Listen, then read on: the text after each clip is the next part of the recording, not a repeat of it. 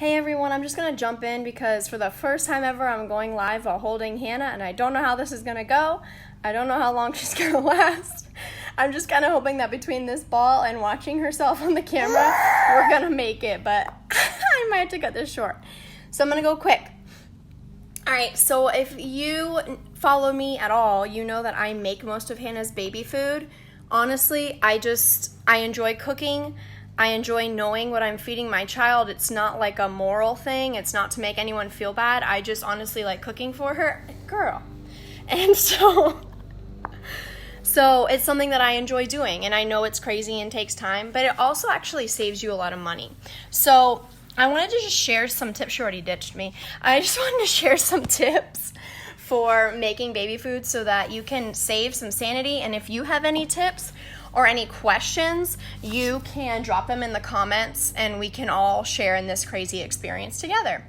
All right, so the first thing I wanted to talk about was prepping. Make sure that you have all the tools and storage containers and space that you need. So personally, sorry, I'm just watching her. Personally, I use freezer baggies because I freeze my food, and I read that you can, because I did research, guys. If you know me, I research to death everything. So you can actually store something in the freezer for 3 months. So I prefer to freeze it and then just take out a little bit at a time, and I'll talk to you about how I do that as well. So I use my specifically freezer bags because they're much thicker than normal Ziploc bags. And I have clean ice cube trays, a cutting board, knives, sharp knives. Guys, you don't want to hurt yourselves trying to make baby food. And then any pots and pans that you need, a blender if you're going to blend it, all of that stuff. Just make sure you have it all ready. Once you start making baby food, it's pretty messy. So you're going to have stuff on your hands from cutting and all of that. So you don't want to have to be washing your hands 17,000 times to go through your drawers in the middle of what you're doing, and then you lose that momentum that you have. So make sure everything is out and that you have the space on your counter clean because you're prepping food. Have it clean and ready to go. All right. Also, having the storage out is important because as you're dicing or blending or whatever, you want to be able to toss it right into what you're putting it in.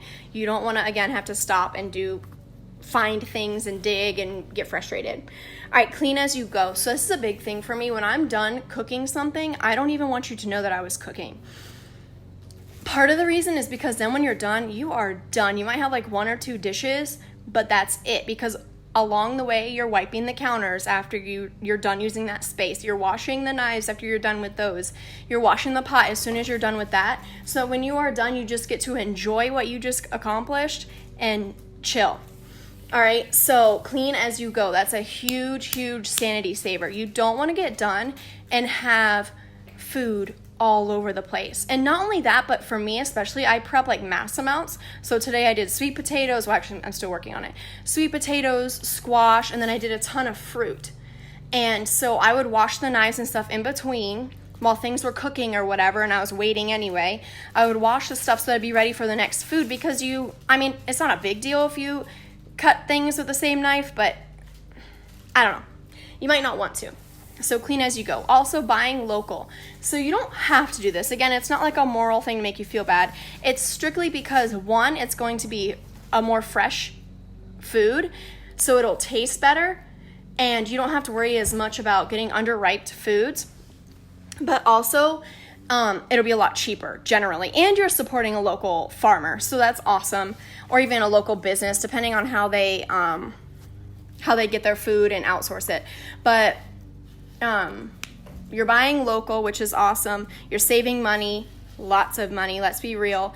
You're getting yummier tasting food because it's fresher and not as modified, hopefully. And then it's also a fun experience to take your kids to a market and let them see, like, oh my gosh, oops, I just messed it up, made myself so dark. Let them see where they're getting their food from, and you can talk about it. Because even though Hannah's 10 months old, she still loves all the colors and the shapes and the textures of all the different food. And it's fun for us to explain things to her. And we're learning what different things are too. Because I tell you, if every time we go to a local produce market, I learn a new fruit or vegetable. Because there's some out there that I'm like, that is crazy pants. So anyway, so buy local. All right, so another thing that you want to start with is making sure that your baby is super mega entertained. A lot of what I do is actually just make sure she's sleeping when I'm doing it, but it makes a lot of noise, like the blender and boiling, getting pots and pans. So a lot of that time I have to have her awake, and so I entertain her, or I'll be holding her if I'm not touching anything hot, if I'm just waiting for things to be done.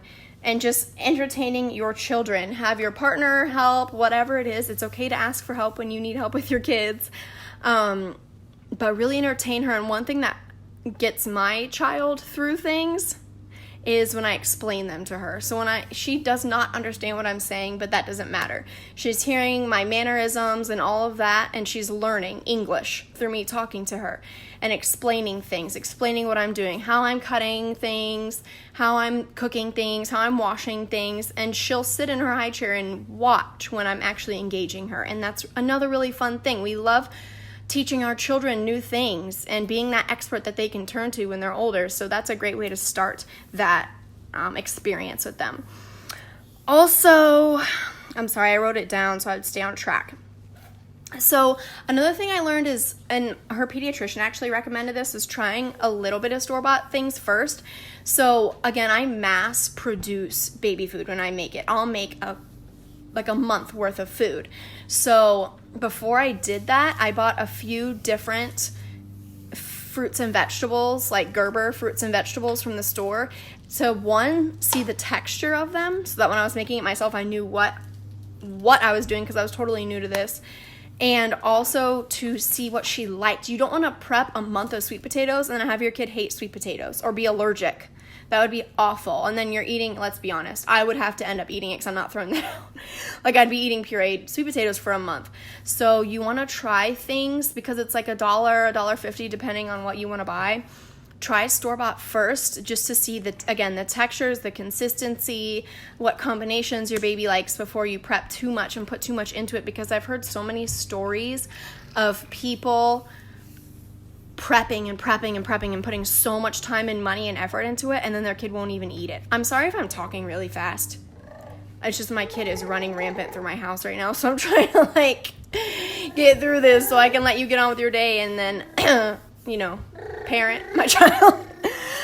Anyway, so hopefully you can hear her because she's making cute noises. Also, sorry, this is part of entertaining your kids. So my child is afraid of loud noises, like the vacuum and the blender, even though I used both very regularly while I was pregnant. I probably vacuumed every day. Let's be real. That pregnancy energy at the end is real. So, anyway, I'll hold her while I use, not while I'm putting things in the blender, but when I go to push the button, I'll pick her up and push the button and we'll say, yay! Yay, we're making food! It's so fun! I wish I could. Yay! We're making food! Yay, yay, yay, yay! Sorry, I just wanted to show you. So she knows to clap when something, she's, yay! She loves clapping. So if we're making it exciting, and again, even though she doesn't understand English, she knows this is happy and it's not a scary sound. So it's okay to do those silly things with your kids. That was so cute. Good job, Hannah. You're awesome. Okay, so, when you're making fruit. Now I'm going to get into how I actually make it. When you are blending fruit, my number one piece of advice, if you've never made smoothies or anything, is that less liquid is more. So initially I would blend up foods and then I would think, at first it looked like it needs so much water or whatever you're going to add to it, juice, whatever. And I made some really watered down junk that basically she had to drink. And I would end up drinking half of it just because I wasn't willing to waste it. But, what are you doing? But, so with fruit, less water is more, and I would almost say the opposite with vegetables. More water is going to be better. Because if you've ever bought store-bought food, or if you choose to try that option first, it is very liquidy. So you want a lot of water for vegetables and not very much for fruit. Now, as far as vegetables, I either boil them and then use that water in the food so you're not diluting the flavor. But also, a lot of people say they won't boil things for their children because it takes the nutrients out.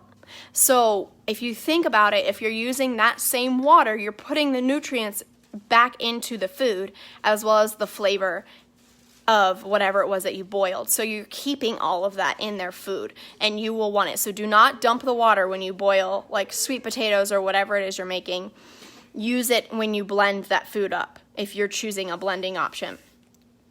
For squash, literally any squash I've done, you just chop it in half, take out the seeds, and then, wash your stuff. So you wash it first, chop it in half, take out the seeds, and put it face down in a pan.